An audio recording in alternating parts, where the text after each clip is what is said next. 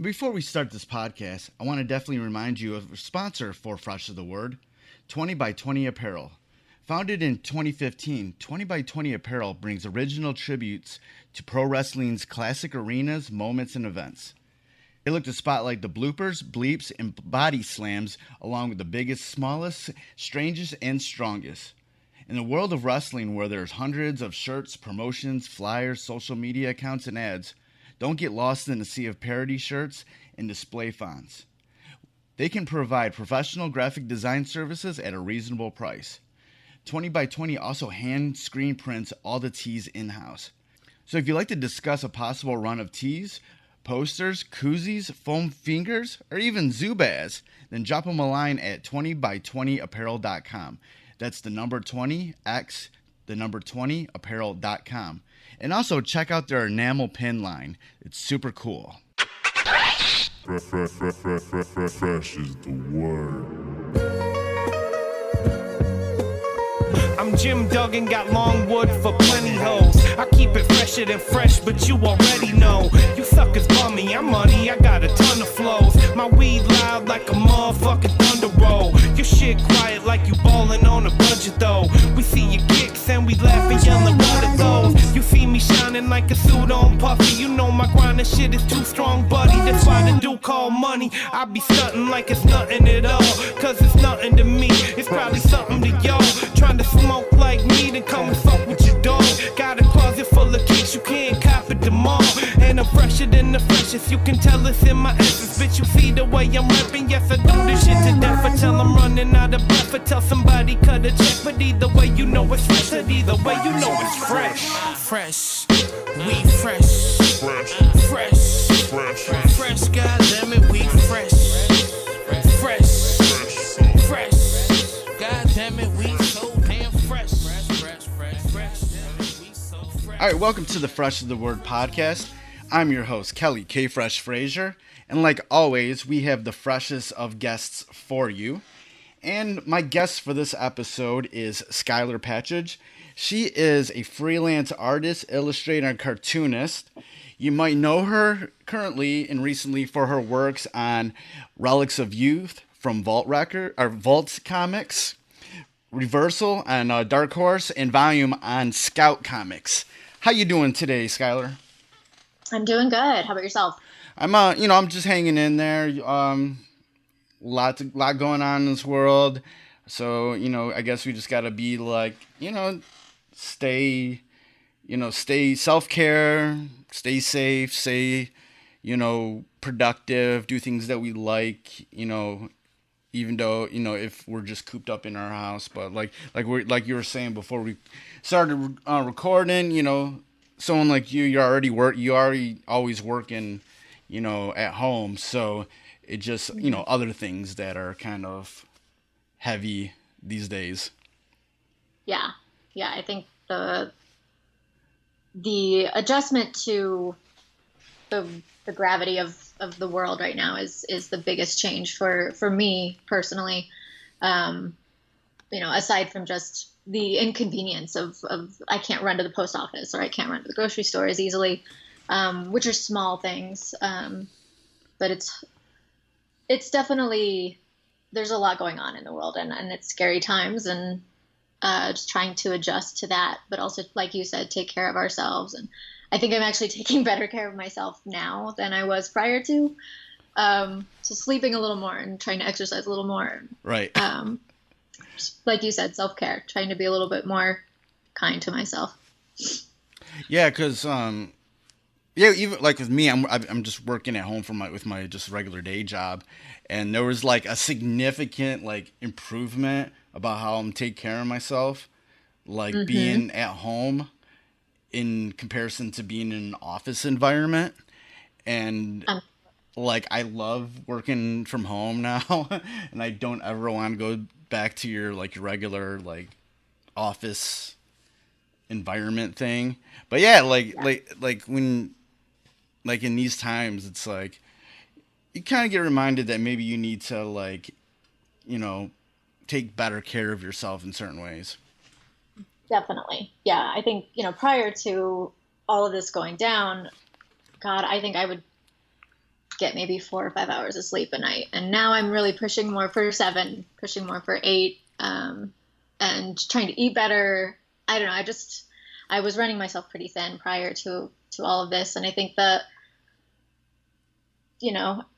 everything being as crazy as it is, wanting to take care of yourself, wanting to be as healthy as you can, so you're not as susceptible, hopefully. I mean, we know so little about what's going on right now, but Yeah.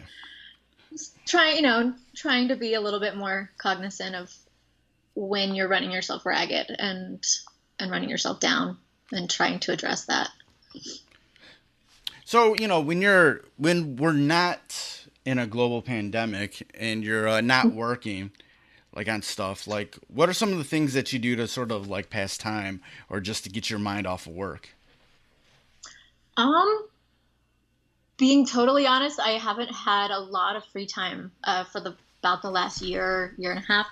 I've been pretty busy, but usually when I've got some free time, I've got a little dog named Dude, and I play with him a lot, walk him. He's incredibly active, so it requires a lot of activity on my part. So lots of hiking and walks and kind of spending a lot of time outside. And then I'm also a fairly active person. So I've been prior to the pandemic, I've been taking self-defense courses in Krav Maga. Oh, so nice. Yeah, sort of combat sports stuff is a really good stress reliever for me. And that exercise tends to fill up most of the free time that I have, the little free time that I have. I'm also a big reader. I like reading. Although since I've been busy with comics and illustration, it's been a little harder to find that time to read, unfortunately. I've been reading more comics and which is good, but less novels, fewer nonfiction, more graphic novels, more comics lately. Right. So, you say that, the combat sports stuff that you're doing, is a good stress reliever. Is there anything else that you learned from getting into all of that? I think the big thing for me has been, exercise in general, I think is a stress reliever. Yeah. I tend to be an anxious person, so it's been very helpful for sort of alleviating that energy that's bouncing around inside. It's also combat sports, I think, make you very attuned to how you move your body. Walking, even running to some degree, like more static exercises, you're not always in tune with how you rotate, your upper body, your lower body, how you land on your feet, how you get up, how you get down. I think combat sports tend to make you very cognizant of all of those things. And kind of finding out where your weak spots in your body are has been a big thing for me. I know that I tend to actually be stronger on my left side than I am on my right, despite being right-handed. For whatever reasons, my left punches and left kicks are actually a little stronger than my right punches and my right kicks. So little things like that are always kind of interesting when you start doing something like that, a combat sport or fighting or anything like that. Does your, active activities, help you with, being an illustrator, sitting down and, doing your work, because you're always like kind of like sitting down. It's a sitting down thing, has, that active side of you, helped be a better artist? I think it helps, going back to stress relief, anxiety, I think it helps me focus. Mostly because being an anxious person, my mind is generally going like 150 miles an hour, thinking about multiple things at a time. And being active, getting that chance to kind of burn off that anxiety helps me slow down a little bit afterward. So you get that, whatever you want to say, that big endorphin kick, but it also kind of helps me focus. And as somebody who has a really hard time focusing, it's key for me. I notice that when I'm not exercising as much is when I tend to get kind of spacey and have a hard time focusing on what I'm doing. And then it requires so much focus to freelance for yourself and to try to keep track of everything that you need to keep track of as a freelancer. So I see that you grew up on a farm in central Illinois. Like, how was your childhood? What kind of a kid were you? I was an outdoorsy kid. Tomboy, loved sports. We lived in the middle of nowhere, basically. So I had the great outdoors all to myself. So always was really active. I wouldn't say I was a tree climber. I've always been kind of scared of heights, but, playing outside and in the dirt and playing baseball in the summer. And I had a bunch of cousins that were about my age, so we'd always get together and play outside. And overall, good childhood. Can't really complain about it. I think at the time I wished I'd been closer to a metropolitan area because there would have been more to do. But looking back on it as an adult, I think it was a good childhood. When did you first get that inkling that you wanted to be an artist of some kind? I don't remember not having that feeling, actually. It was always a really natural inclination for me. I think my parents would always say if we were in public somewhere, we were at a wedding or some sort of function, and they needed me to behave, they would just have pencil and paper, and I would shut up and draw the whole time. So they never had to worry about me. So I was always predisposed to drawing, painting, doing something creative. It was a long time, though, well into adulthood, before it ever occurred to me that I could make a living doing it or actually really pursue it as a career. It was always just kind of something that was a part of me, and I didn't really know what to make of it. I didn't really know how to facilitate a career out of it until I was an adult. What helped you come to that realization? Having a bunch of other jobs that I hated. There were some good ones in there too. I don't mean to say that they were all bad, but I feel you. Right. I got out of school and wanted to just get a job, and I didn't know what to do as far as artwork, because I'd gotten a basic art degree from the local university and didn't know what to do with it. It just kind of felt like that was what I should study, and then when I got done with school, I went and got a job in food service, and because I always really liked food. Loved desserts, pastry, all that stuff. So I worked in food service for about 4 years, various jobs, and then got burned out really, really badly. I started out basically as a dishwasher and then worked my way up to managing a chocolate shop that specialized in like drinking chocolates and truffles and fancy things. Okay. And that was an amazing experience, but it was really stressful and just burned me out completely. And about that time, a friend of mine, he knew that I was wanting to get out of food service, and he had heard about a comic art gallery that was about to open. And he knew that I had worked in a gallery when I was in school, so I had some experience doing that. And I had always kind of drifted in and out of drawing comics, reading comics. That had always been sort of the main style that I always explored whenever I was drawing and creating artwork.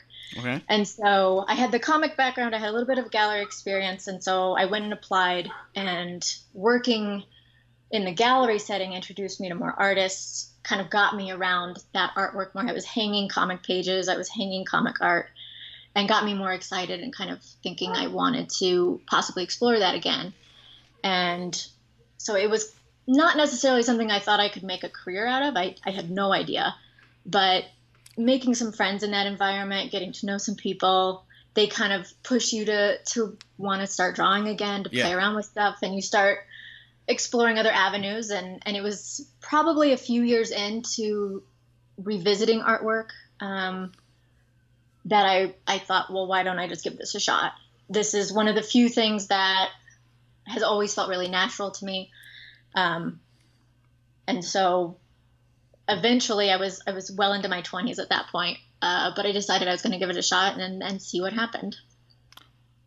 What were some of the first things that you did, like when you finally came to that realization that you want to try to make more of a career out of it?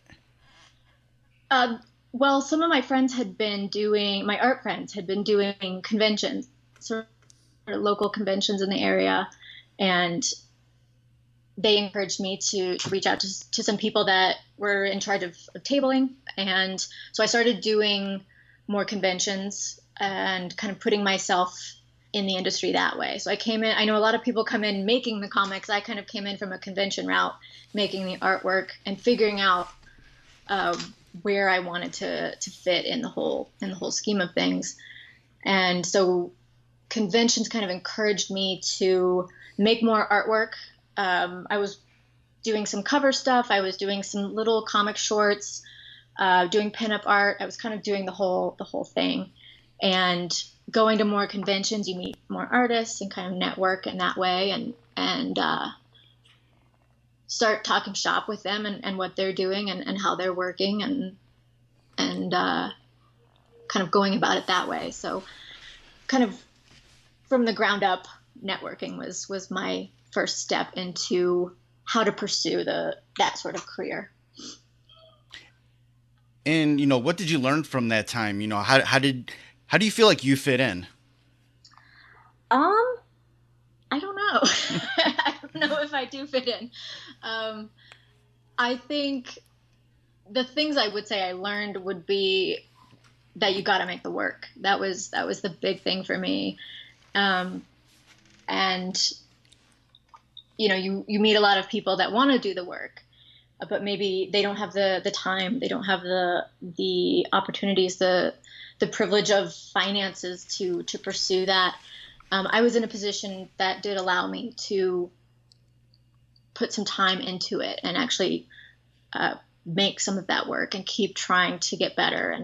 And like I said, attending those shows and getting to know more artists and picking their brains, and they might pick my brain, and kind of figuring out how people were working, programs they might be using, art supplies that they preferred, and you start playing around and making more work. And that was the big thing I think I learned, was that you gotta do the work. You gotta put in the legwork of putting your work out there, but also just making the work. Yeah, I really like the community of the artists that you would, normally see at Comic-Cons, Mm-hmm. and you start becoming friends with, everybody kind of knows each other after a while. And that community is, all the good people in there very much uplift each other. How important was that to your, to your upbringing in this industry? Oh, I think it was huge. Absolutely. And I've been so fortunate to just befriend and get to know people that want to help. And I've tried to pay that forward as best I can when I've found myself in this situation. But I would totally agree. Comics people are great. It's a really hard industry. It's a really hard thing to do across the board. And if you can find people that even if it's just encouraging you to do something, like, that's huge. So yeah, finding people at conventions, getting to know people online even, I started out in conventions and kind of getting to know people in person. But there's also a lot that you can find online. You can reach out to creators online and get to know people on there. But my experience has been that most people in comics want to help each other out, because it's such a challenging medium, and we all have to help each other out. Right. Whether it's connecting you to somebody else, hooking up with a job, giving you a couch to crash on at a show, like, all of that is incredibly helpful. Yeah, because, when you pay it forward, a lot of times they'll come back. It's all like a back and forth thing, and it just helps out everybody. Yeah, absolutely. So, you've done, a few series, you did some covers, you've done a bunch of work, you're always busy. What was sort of like the first sort of like significant break that you've had like in the comics industry, like a break where you're like, oh, this is dope, like this, I really feel like this could be something that I could build upon and be doing for a while? I feel like there's been a number of things that kind of maybe they didn't necessarily materialize, but they were steps in the right direction regarding breaks. The book I'm working on with Alex right now, Reversal, was a huge thing. We've actually been working on it for just about 2 years. It's a beefy graphic novel. It's awesome. I'm really excited for people to see it. But Alex reached out to me and wanted to know if I was interested in tackling this project, and that felt sort of like a big break for me, and I think it's been amazing in helping me improve as an artist, as a storyteller. And so even though that book it's still in process right now, that has felt like a pivotal moment for me as far as a comic book creator, as far as an artist, and getting to know Alex and working with editors and communicating online, which can be challenging a lot. Yeah.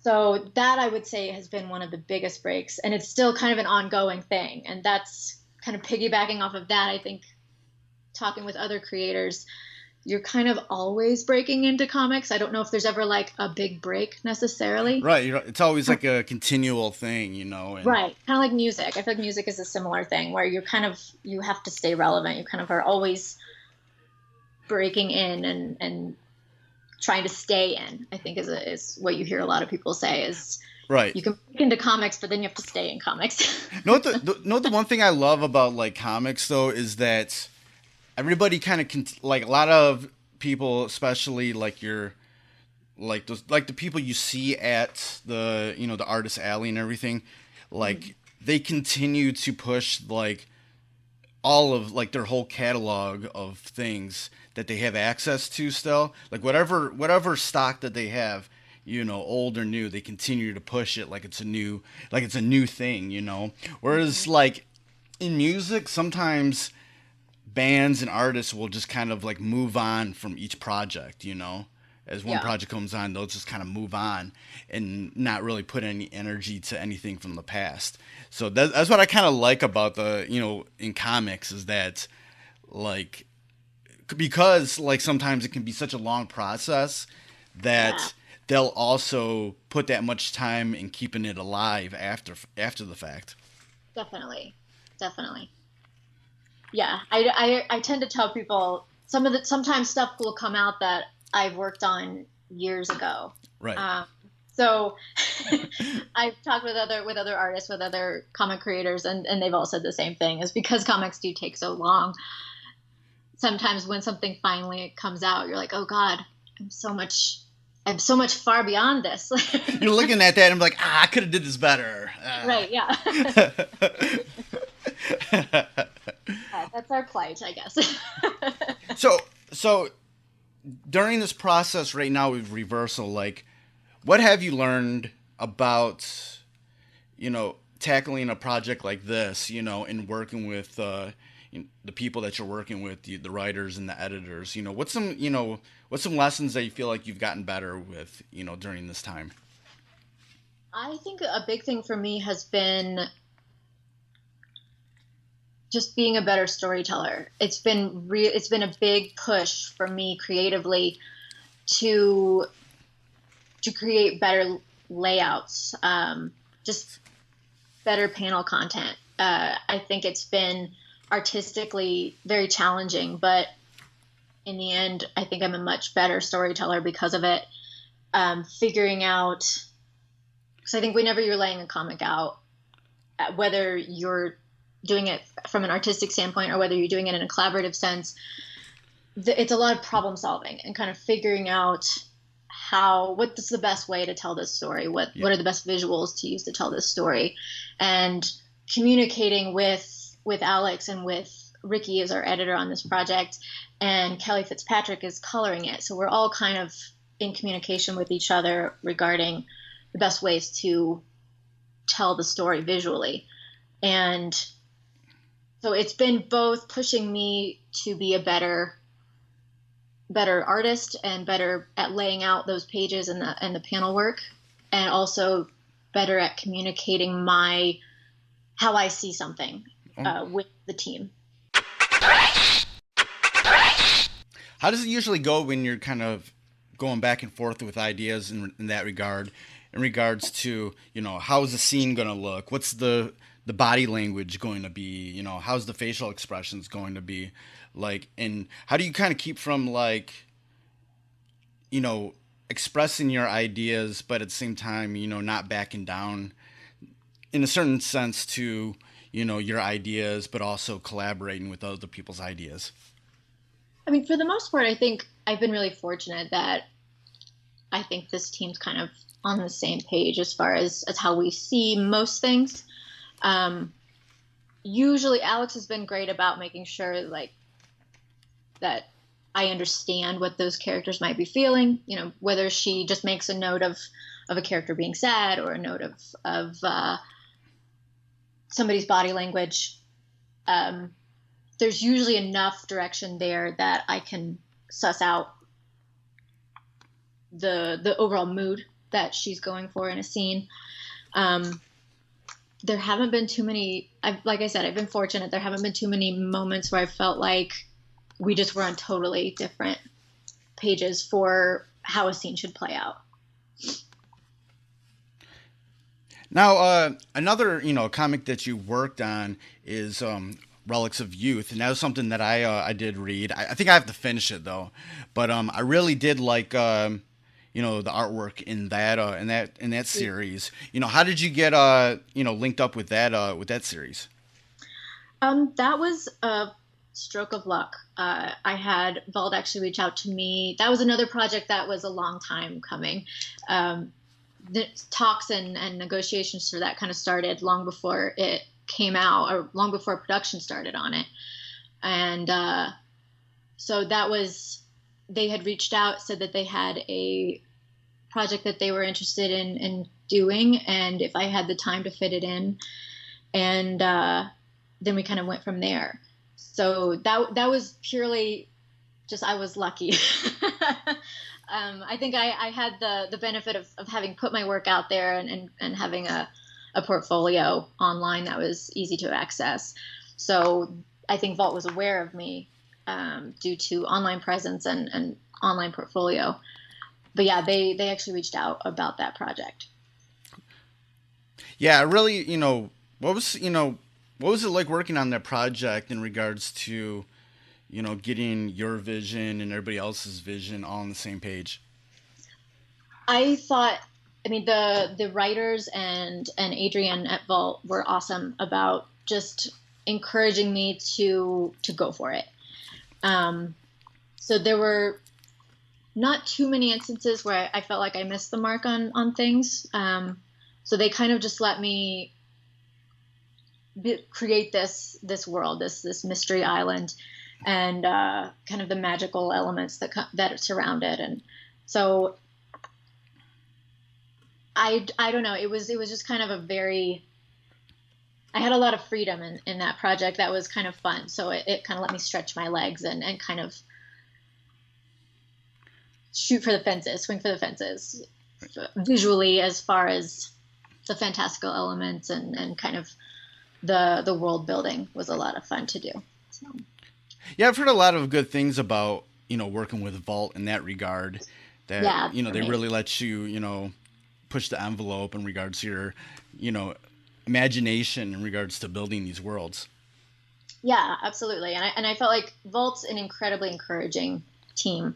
I felt like Adrian was always encouraging me to push myself visually. And, I don't really have a bad word to say. So it was a cool experience, and I'm really grateful for that opportunity. And you worked on this, this other comic, this miniseries called Volume. And now that I'm looking at it, I'm like, yo, this looks like it would be right up my alley, because I like comics that have to do with music. and I was just like, oh, dude, this would look like right up my alley. So I'm gonna have to, check it out, and read it sometime. But how'd you, get linked up with, working on Volume?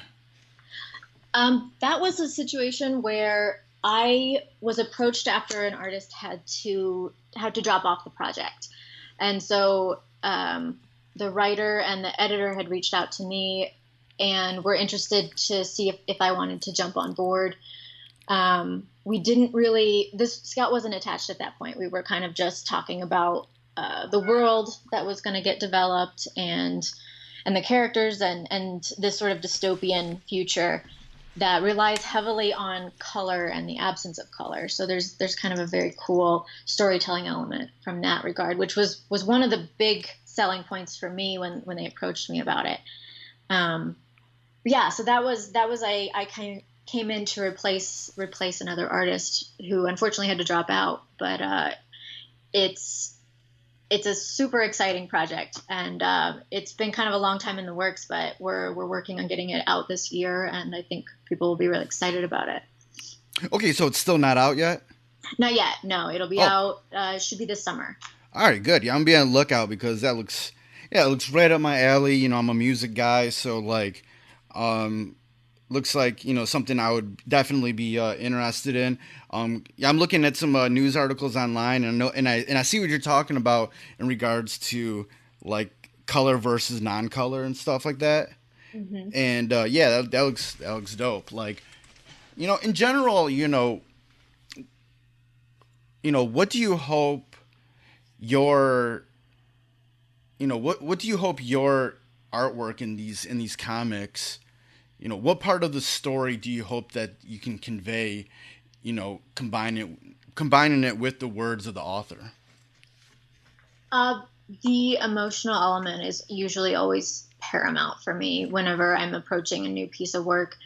And so that's usually where I put the majority of my attention. Like, and what you and I talked about a little bit before, body language and facial expression, and trying to capture those emotional beats, whether they're written down or not, is a big thing for me. So usually that's the storytelling that I get really excited about, are those little moments, where a character may be making a realization about something, or coming to terms with things like those. The emotional element of stories is really where I tend to connect with things. And it seems like, I'm just seeing by quickly seeing everybody that's been on these three comics that we just talked about, but it looks like they were, there was always multiple women on these projects. Mm-hmm. So, yeah, how is it like working with other women and make sure there's a balance of like, yeah, women would actually do this instead of that, what you're thinking about, having those authentic reactions and body language of like the women in these series? The characters, you mean, or the creative team? Yeah, the characters from the the perspective of the creative team. Mm-hmm.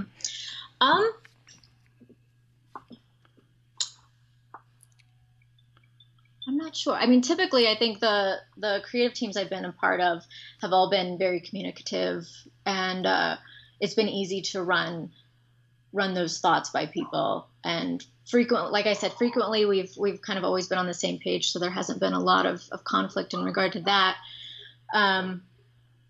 As far as characters, I think a lot of times I tend to approach a female character, I guess using my own experience. I mean, an example I would use is earlier this year I was working on a pitch for a project, and within the script there was a call for a character to produce a weapon, and it wasn't really clear on where she was keeping this weapon. It was kind of just like within her clothing. And so I guess coming from a woman's perspective, my thinking was she would probably be carrying some sort of clutch or some sort of bag that she could keep those things in, aside from just hidden somewhere on her person. I'm not sure if I'm answering your question. No, this is no. Keep on going. No, going. Keep on, man. That's like perfect. But yeah, so I mean, I think I usually try to always clear that with a creative team before I ever make a decision like that.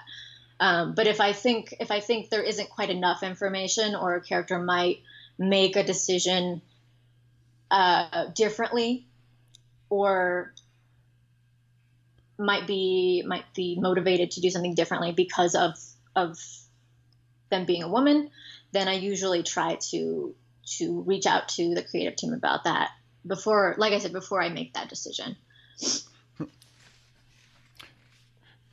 So, you went from, in your adulthood, making, turning comics into a career and being able to, take these steps, be a part of these series. What are some type of things that you haven't done yet that you would like to do?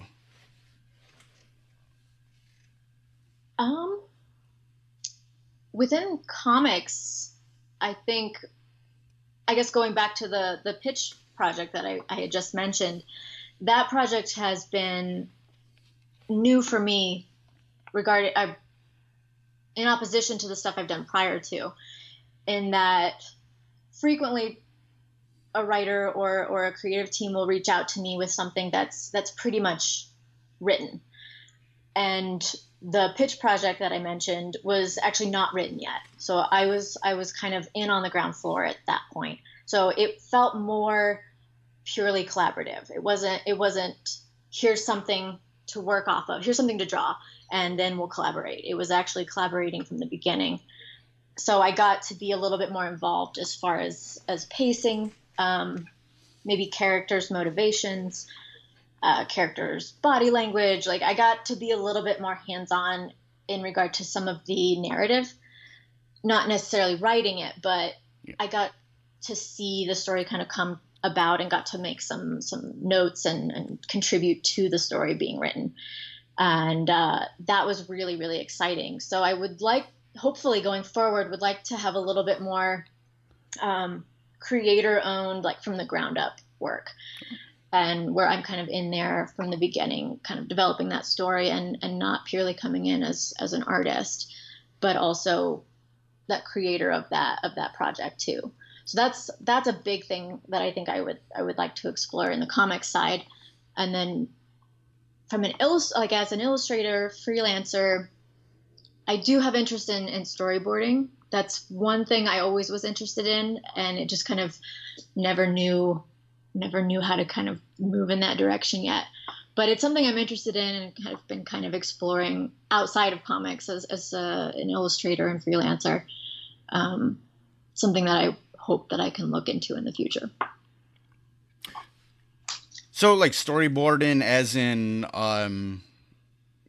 is it just, in what sort of sense? For like film, TV, okay, that kind of thing. Yeah, I would be interested in looking into that. I know they're very different beasts, comics and storyboarding, but it's always been kind of a side interest that I've had, and would be interested in learning more about it, whether it's a good fit or not. I'm a curious person, so I'd always like to, even if it's just picking somebody else's brain that's doing it for a living.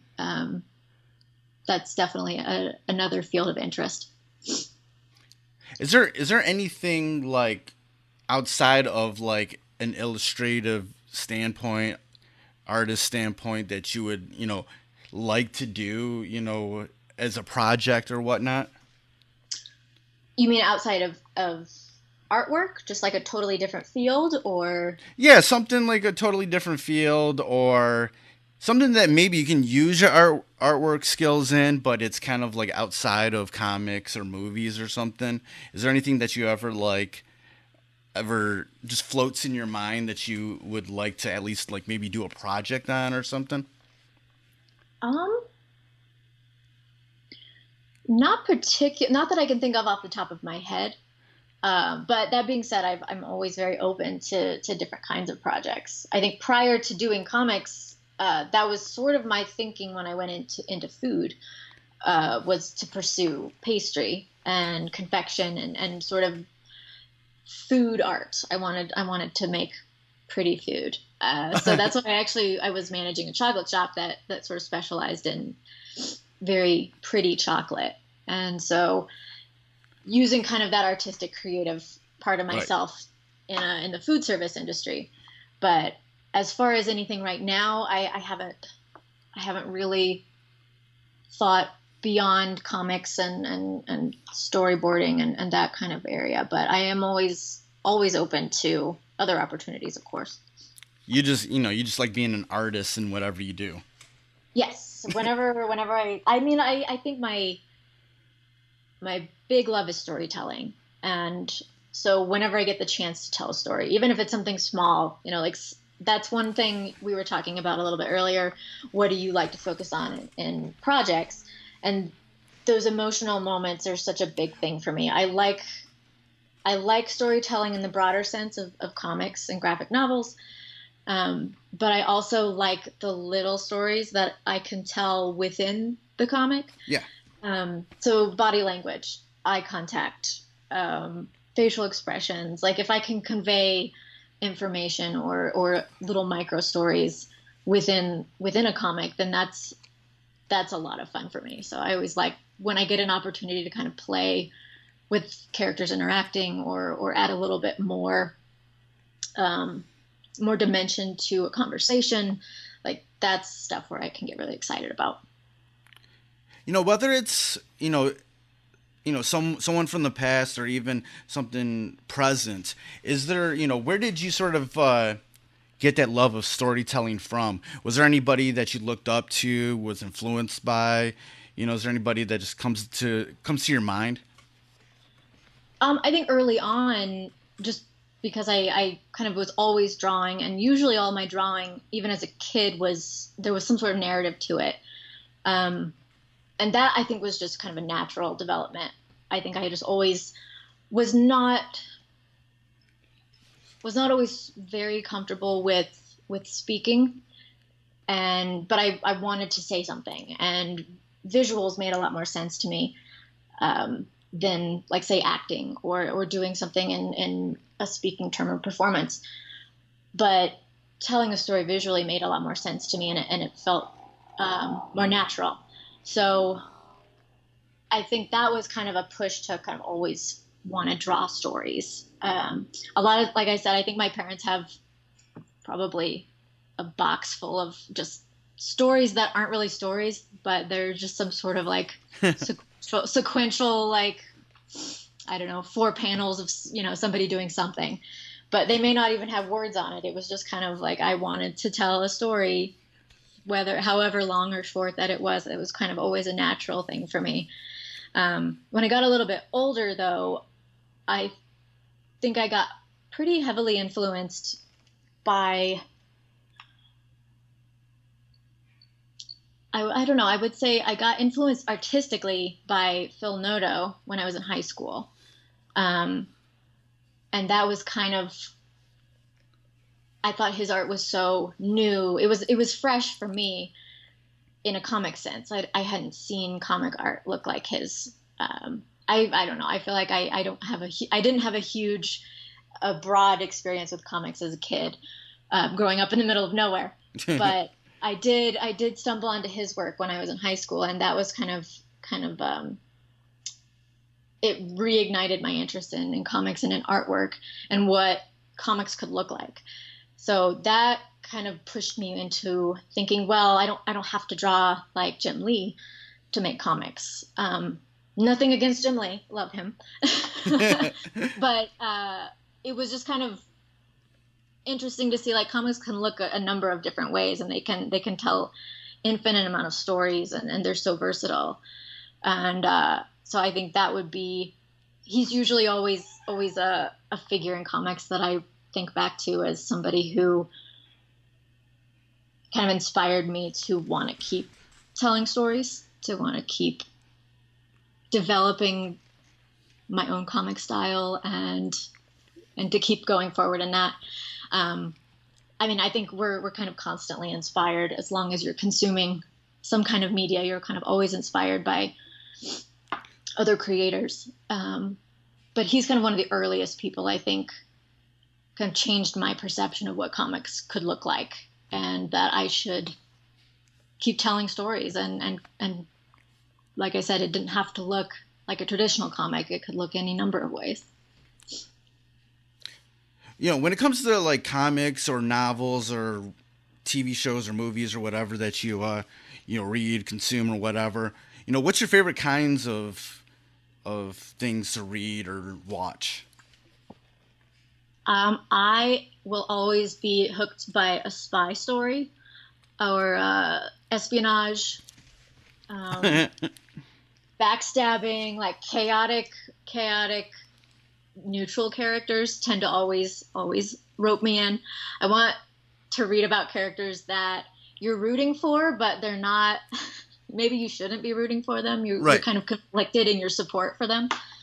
But I'm always hooked by those characters. So I was talking with a friend of mine not long ago about, like, Black Widow has always been one of my favorite characters because of that reason, because she is sort of a reformed assassin, so those characters who they're doing good, but they're not always doing good in the best way.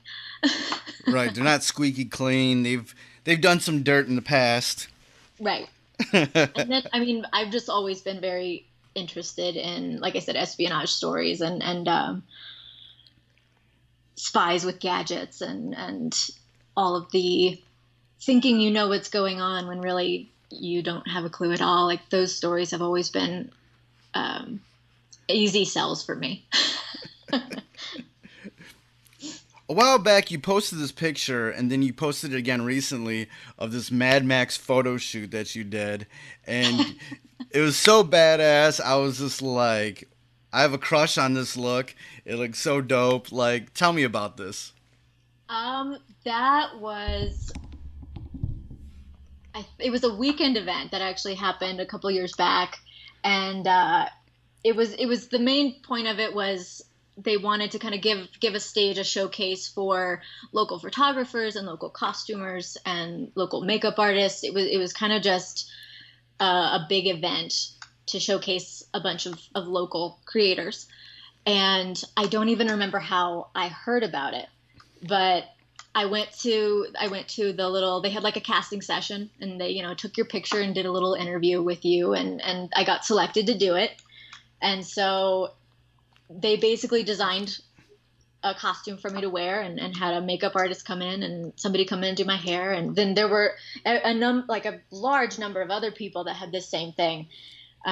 So there were fire breathers and all sorts of like hot rod drivers and people who'd like modded their old Chevys and Fords up to look like wasteland vehicles.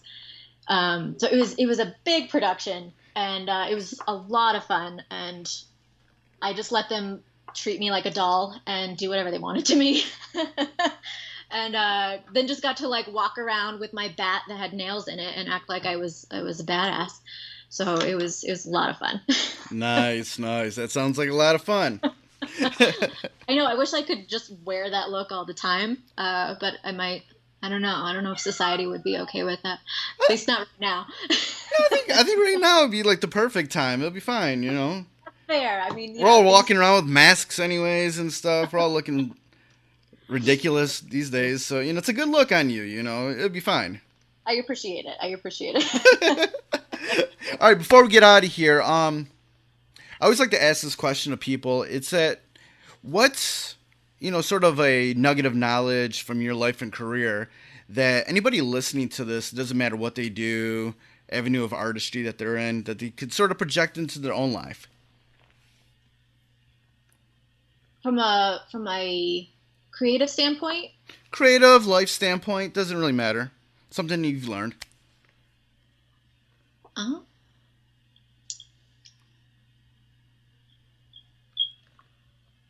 I think for me, the big thing has been, like I think I mentioned it earlier, do the work, and whatever that work may be. And you're going to make bad work, and you're going to make work that you never want anybody to see, but you've got to do it. You've got to start if you want to get anywhere. And I think that especially now, we kind of want everything to look a certain way, because we've got all these social media outlets that make everything seem perfected. And social media is notorious for making things seem easy. Like, you see things after they've happened. You don't get to, it's the highlight reel. You don't get to see all of the struggle that comes in between the pictures and the posts.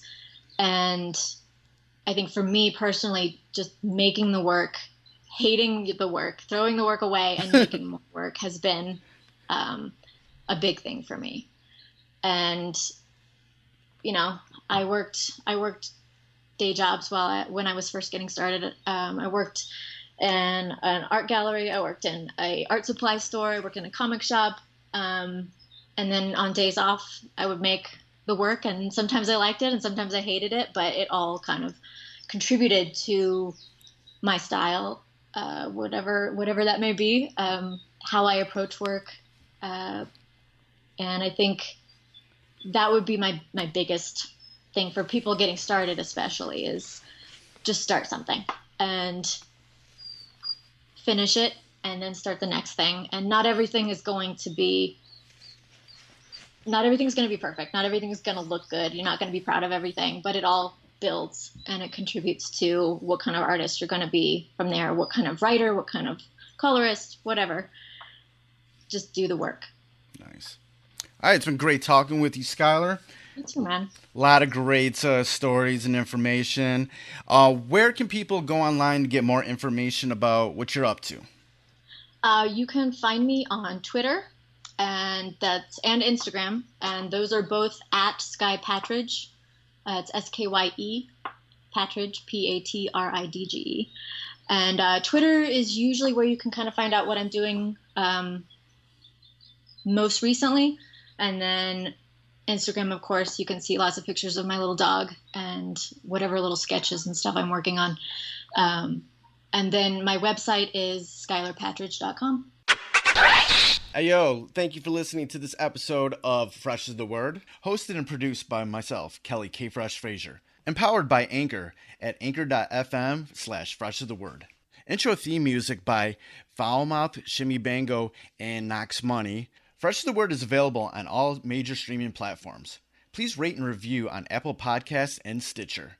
If you want to support Fresh is the Word, please consider pledging via Patreon at patreon.com/Fresh is the Word. Follow Fresh is the Word on social media, on Twitter at Fresh is the Pod, on Instagram at Fresh is the Word Podcast, and join the Facebook group at facebook.com/groups/Fresh is the Word. For more information about Fresh is the Word and our other podcasts, Breaking Records and Renaissance Soul, and a collection of pop culture articles and reviews, please visit freshasthepodcast.com. Thank you for listening and your support. Goodbye and good night. Fresh is the word.